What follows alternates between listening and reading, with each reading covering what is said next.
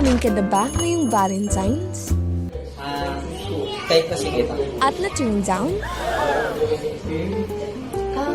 Sorry, Essie, but hindi kita type eh.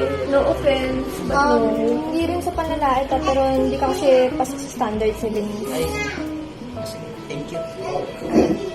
Thank you. Men, pwede pa kami pumasok? Uy, nandito pala siya eh. Pre, bigat niya na. Problema natin. Kasi ko alam kung gagawin ko eh. Yung ano kasi pre, yung nililigawan ko, kaso, i-reject ako bigla. Ano yung pwede gawin ko pare? Babae na naman problema nito. Hindi na nagbago.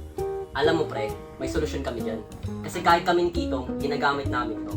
Sabihin mo nga, Yung sabon par, na malbar, gagi napaka-effective talaga. Sa tingin mo ba magugustuhan ako din dinis niya? men, legit, 100%, magugustuhan ka, magiging kayo. Subukan na ang #1 skincare, Malbar. Ang kamanghamanghang sabon na nagdadala ng pagbabago sa pangangalaga sa balat para sa mas makinis at radyanteng kutis. Binago ang iyong balat, binago ang iyong buhay. Ken, ikaw na pala yan? Ang dami na nagbago sa itsura mo ah. Hindi na kita makilala. Yung proposal mo dati, if we can hang out sometime, baka pwede ko nang i-consider ngayon. Sorry ako girlfriend.